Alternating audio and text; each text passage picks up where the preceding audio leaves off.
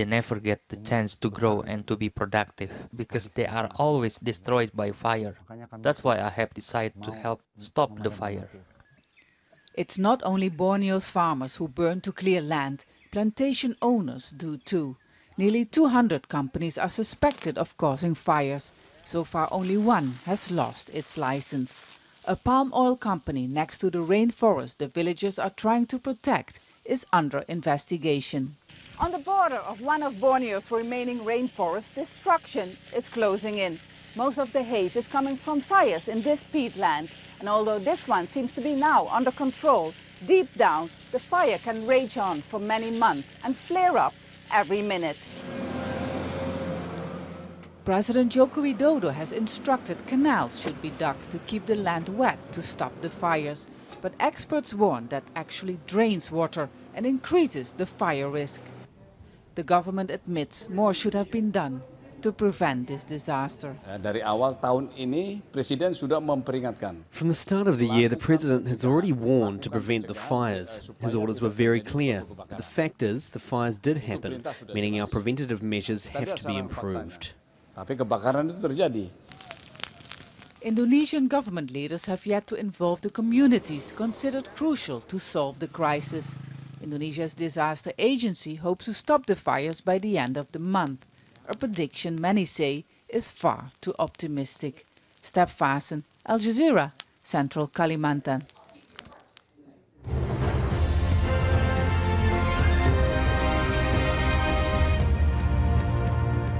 You're watching Al Jazeera. A reminder of our main stories.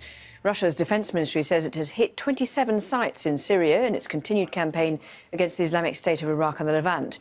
The announcement comes as NATO members meet in Brussels to discuss Syria's civil war. The group has described Russia's military involvement in the conflict as a troubling escalation. I call on Russia to play a constructive role in the fight against ISIL. But Russian actions and the support to the regime are not helpful. The recent violations of Turkish airspace are unacceptable. NATO will continue to follow the developments closely, and we stand in strong solidarity with Turkey. A political solution to the crisis in Syria is more needed than ever, and NATO supports the efforts by the UN and others to try to find a political, negotiated solution to the crisis. Meanwhile, the Russian Foreign Minister Sergei Lavrov and US Secretary of State John Kerry discussed the situation in Syria during a phone call on Thursday. According to the Russian Foreign Ministry, the two discussed coordination in the fight against ISIL and the necessity to avoid incidents in Syrian airspace, where both countries are flying independent bombing campaigns. Israeli forces have shot dead a Palestinian during clashes in East Jerusalem. The incident comes during heightened tension across the area, including the occupied West Bank and Tel Aviv, after a series of stabbings and riots. Over the last week, 4 Israelis and 7 Palestinians have been killed in the violence. FIFA has provisionally suspended its president, Sepp Blatter, Vice President, Michel Platini, and Secretary-General, Jérôme Valcke, for 90 days over allegations of corruption. The bans have been handed out by the governing body's Ethics Committee.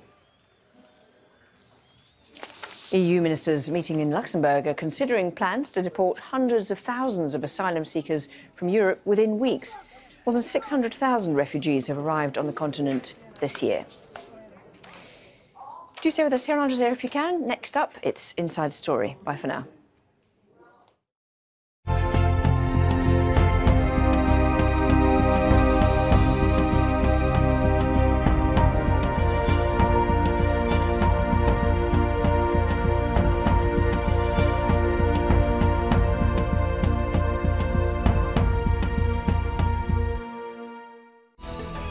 Is Sepp Blatter on the way out?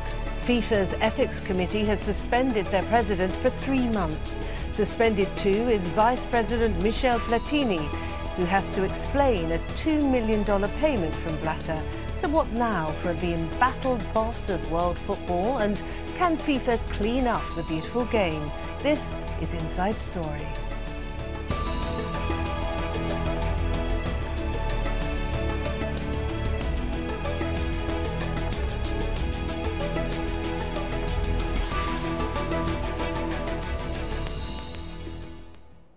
Hello and welcome to the programme. I'm Martine Dennis. Sepp Blatter has been provisionally banned from representing FIFA in any capacity for 90 days. Now, the decision by FIFA's Ethics Committee effectively ends the president's 17-year-long career as the head of world football's governing body. His vice president and possible successor, Michel Platini, he's also been banned, along with FIFA's Secretary-General, Jerome Valcke.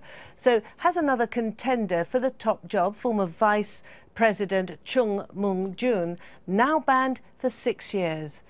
The suspensions are the latest embarrassment for Blatter, who continues to deny he's linked to major corruption investigations. He's under intense pressure to resign from FIFA's major sponsors and others after US prosecutors indicted FIFA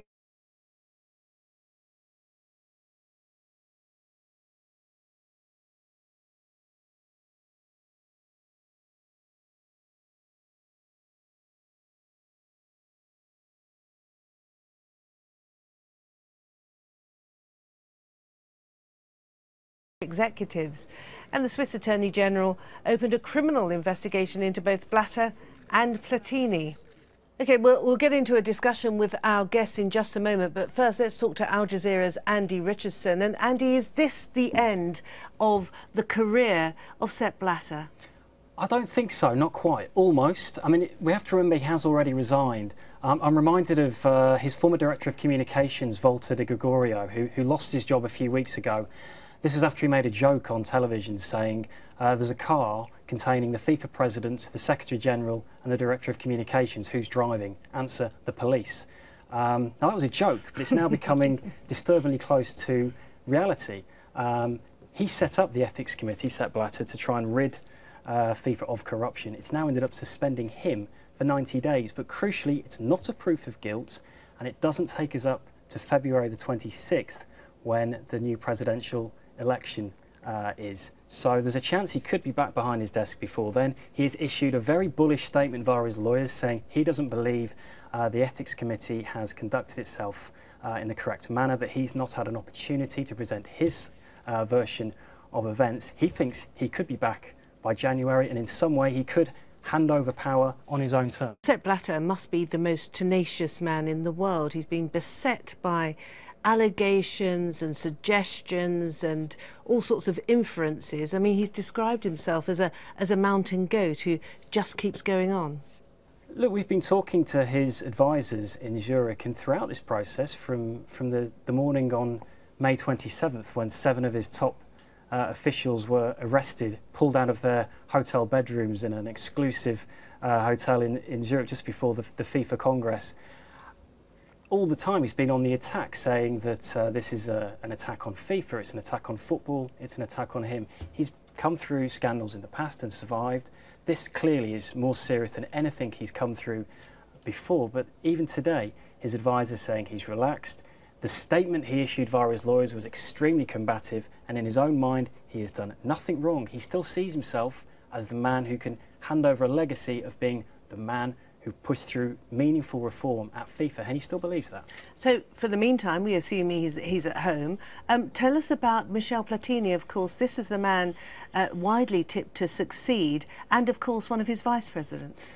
This is very bad for Platini. He is one of the 3 people that was set to step forward in February as one of the candidates. The fact that he's been suspended for 90 days all but rules him out of the running. The nominations have to be in by October the 26th, at which point the Ethics Committee